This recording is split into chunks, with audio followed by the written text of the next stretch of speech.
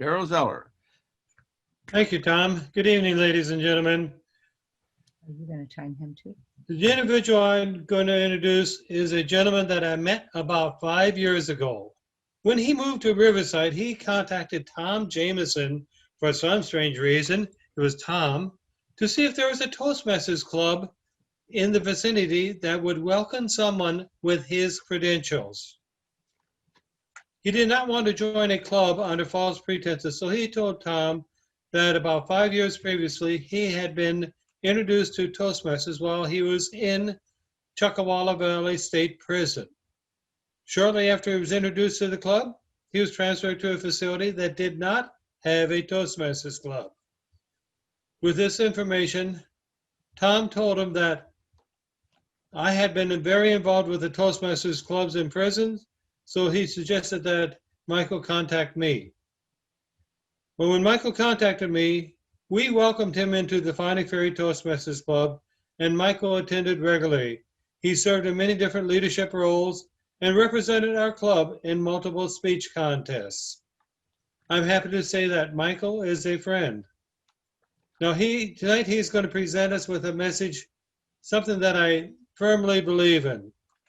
He'll be talking about an issue which he has very personal experience. He's not going to talk about something in theory because he has walked the walk. In fact, he is continuing to walk the walk. So help me welcome Michael Olsen as he tells us about that monster under the bed. Michael.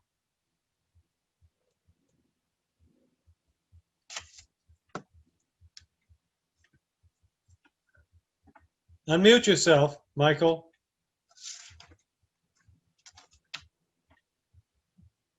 Better? What was that? You sit upright in bed. It's the middle of the night. It's pitch black. You know you heard a sound. You reach over to your lamp and turn the switch, and nothing happens. It must be another California blackout. But you need to know what that was. But it sounded like it came from under your bed. So you crawl to the edge, you peer down underneath, and you're met with two glowing red orbs and a fearsome beast with a mouth full of razor-sharp teeth. You have a monster under your bed. That monster is me. Good evening, fellow Toastmasters, and welcome to any guests that have joined us. With Halloween fast approaching, I'm wondering if maybe you thought of Halloween costumes and scary movies, or as I do, I think of fun things like the movie Monsters, Inc., where the monsters scared little children in order to generate power for their world. But as much as I love Halloween, what I came to talk about is the monsters as defined by the state. Those monsters are known as villains, criminals, lowlifes, miscreants, violent offenders, and eventually ex-convicts. I know these monsters. I am one. I am an ex-convict. At one point in time, I had it all. I had the house, a wife, 3 children, a great career. But I also found gambling and became addicted to it. And I let my character slide in order to do this. Eventually, it controlled much of my life. I went gambling one night, stayed out all night, and I lost my entire paycheck. But in the morning, the early hours, my wife called me and said, if you don't come home with the money for the week's expenses, don't come home at all. I had had only 2 hours sleep in 2 days, and I made the stupid decision to try and steal the money to make up for my losses. I ended up in prison, where I spent 2,281 days, slightly under 6.5 years. And I am here to tell you it is the most negative experience you can imagine. I sat there in total despair. I was not going to get out until I was 53 years old. I had destroyed my family, my career, and I had no idea how I would survive in the future. Until something unexpected happened. However, I'm not going to tell you that right now. I'm going to make you wait a little longer. Right now, I'm going to tell you that the reason that this monster climbed out from under the bed is to tell you how the definition of me being a monster by the state has made re-entry back into society extremely difficult. See, society believes whatever the state tells them. Rental owners sure did, because I could not find a place to rent. I had to live as a homeless man for the first year that I was out of prison.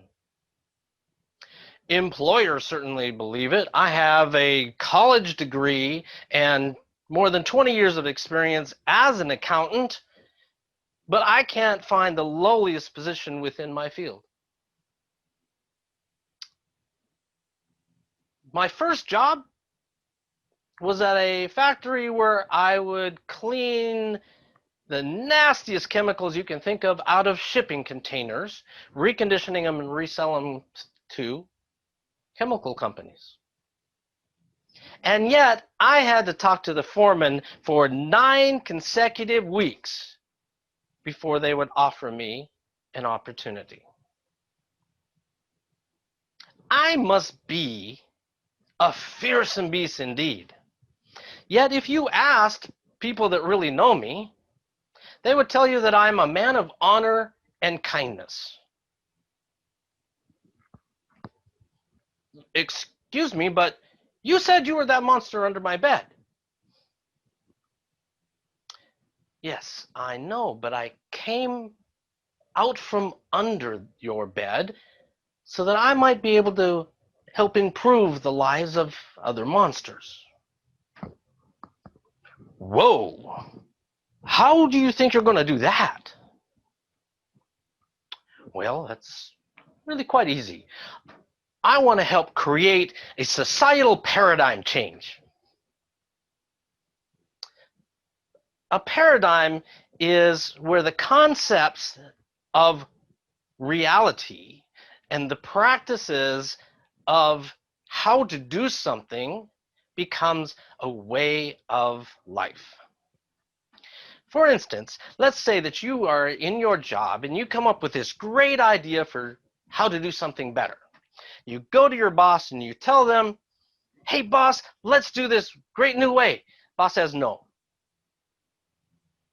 You ask him why. Well, it's the way it's always been done. That, ladies and gentlemen, is a paradigm. But a paradigm can be changed, but only if there's a profound change in the perception of reality. And all of our reality is subject to the limitations and distortions of our socially conditioned nature, based on what we've been shown and what we've been told. So what happens if that is so distorted that it doesn't match truth? Okay, Mr. Monster, what do you suggest we do? Well, first, we have to accept that the current system is a failure. Here's an example. The state of California puts out a number which says the recidivism, or the rate at which people return to prison after they've been released, is 70%. That's right. Out of every 100 people that are released, 70 will return back to prison. A 70% rate of return will make a business person salivate, but as a society who pays $75,000 per year per inmate, that doesn't really add up to a very good system. Why is this number so high? Think about this. If you take the people from the mean streets that had a large part to do with why they turned into monsters in the first place, and you put them into an institution, but you allow them to create the same environment in the institution that was out on the streets, you do nothing to change that environment or how people think, how do you expect that they're going to change when they leave? The environment must change before we can expect people to change. Here's a program that reduced that 70% recidivism to only 8%. That's a significant change. You remember earlier when I mentioned that I encountered something unexpected?